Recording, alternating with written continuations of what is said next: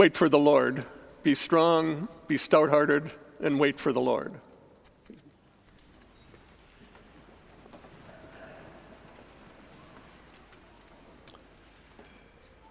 After his baptism, the Spirit led Jesus into the desert for 40 days, where he fasted and faced temptations.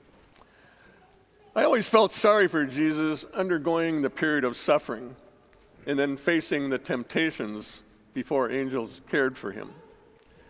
If Jesus is the Son of God, why did he have to endure such suffering? Matthew says that he was fasting in the desert, but what else was happening? Did Jesus feel the presence or the absence of God? Did Jesus endure a dark night of the soul during those 40 days before facing the temptations? Or did the solitude of the desert provide a place for Jesus in discernment as the Son of God to fully take on the role of bringing light and salvation to humankind, realizing that the path led through the cross and beyond? A book written by Stephen Charleston, a Choctaw Indian and retired Episcopal bishop, helped me to better understand the meaning of the 40 days in the desert. The book is The Four Vision Quests of Jesus. Bishop Charleston said Jesus' time in the wilderness was like a vision quest, a journey into the wild to encounter and be transformed by God. Quoting Charleston, "Surely within the wilderness, Jesus met evil, but also connected to the abundance of his identity as God's beloved and the abundance of the divine. Surely when Jesus rebuffed evil, he was not just doing what was right, but being true to his abundance. Jesus did not throw himself off the cliff because he already knew that he was the Son of God.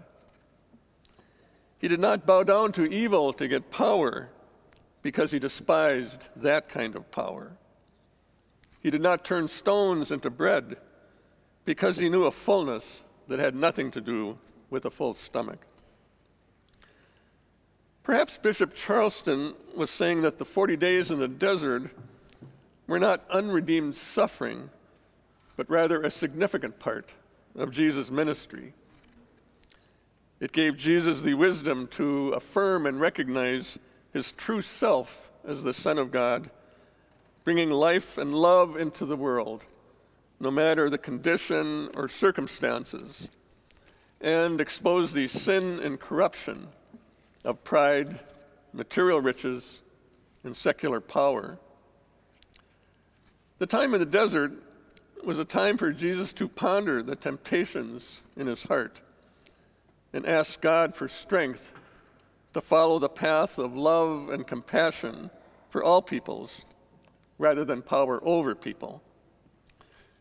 Jesus' internal prayers and trust in God gave him the spiritual foundation and strength to resist the temptations and bring ministry to the world. The 40 days may be viewed as the dark night of the soul, but like a vision quest, it was a necessary time of light and insight, affirming the divine connection between God and humanity. Jesus responded to the days of suffering by offering himself freely to heal a broken world. We also can be wounded healers, overcoming our temptations to look the other way when others need our help. To do that, we need to care for our own inner journey, our own vision quest to deepen a relationship with God. While the gospel is the story of Jesus, I believe it is also our story. What's the connection? Jesus needed time to affirm his true self before beginning the time of ministry. Thomas Merton, a Trappist monk, wrote about the difference between the true self and the false self.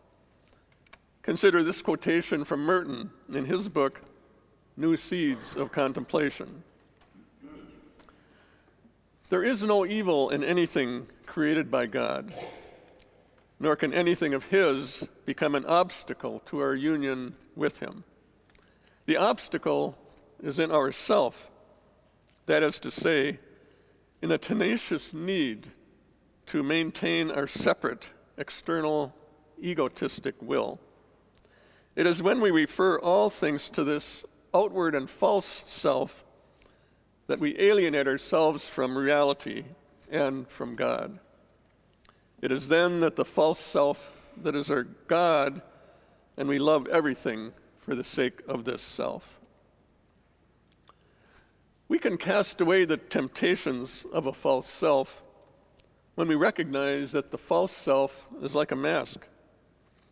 We put it on because our ego needs material things like power, prestige, success, and being held in high esteem by others. Those diminish and obscure our true self. Our true self expresses the divine spark that is already within our hearts, which is the original goodness in ourselves and the created world. How do we find that divine spark within ourselves? If you feel, as I do, that our true self may get lost in the busyness and distractions of today's world, this time of Lent may be a good time to reflect on the person God created us to be. This could be done in prayer, silence, and reflection. Bishop Charleston says this in regard to prayer. It's a place of peace in the midst of chaos, a still point, a quiet center within the heart of the storms. Prayer is not always a recitation. We do not have to verbalize, either by speech or thought, a list of our needs or hopes to qualify as a time of prayer. Prayer means to spend time with, to abide with, the presence of the holy in your life.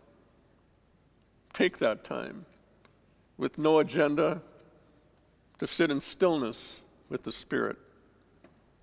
Let the sound of your heartbeat convey all you need to say. Open your mind to the infinite.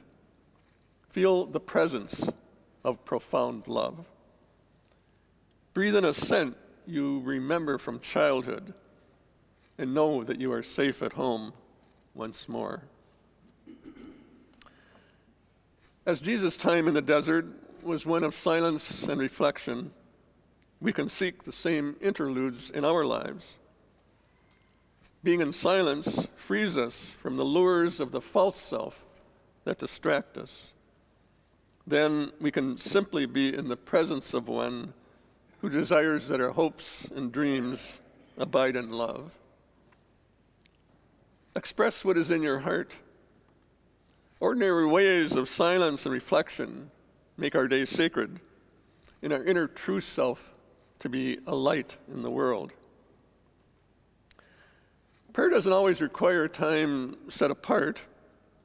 In our ordinary ways of daily living, in a desert experience or not, we may be a walking prayer, a shining light to others when we express our true selves as children of God. The walking prayer may be in church, workplace, school, a prison, a blizzard, or even a downtown street corner. Think of a person in your life who was a walking prayer for you and was always there to comfort, sustain, and guide you in your life. I invite you to spend some time in silence and reflection to give gratitude for their presence in your life.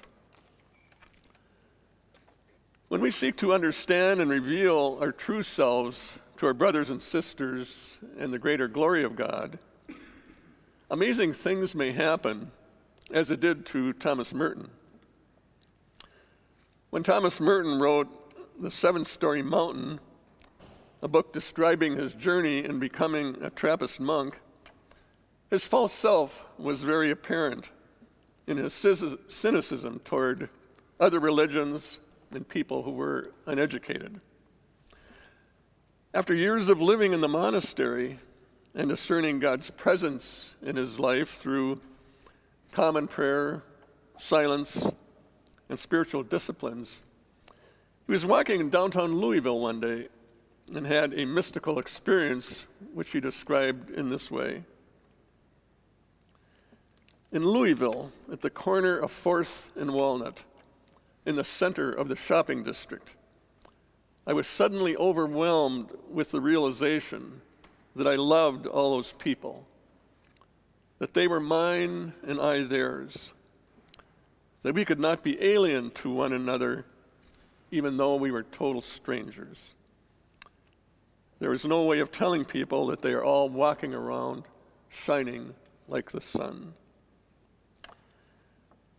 May our true selves be overwhelmed by the realization that God is love, that God is with us in our joys and sorrows, and abiding in love makes us brothers and sisters with all creation, shining like the sun. Brothers and sisters, I wish you all a holy Lent. Amen.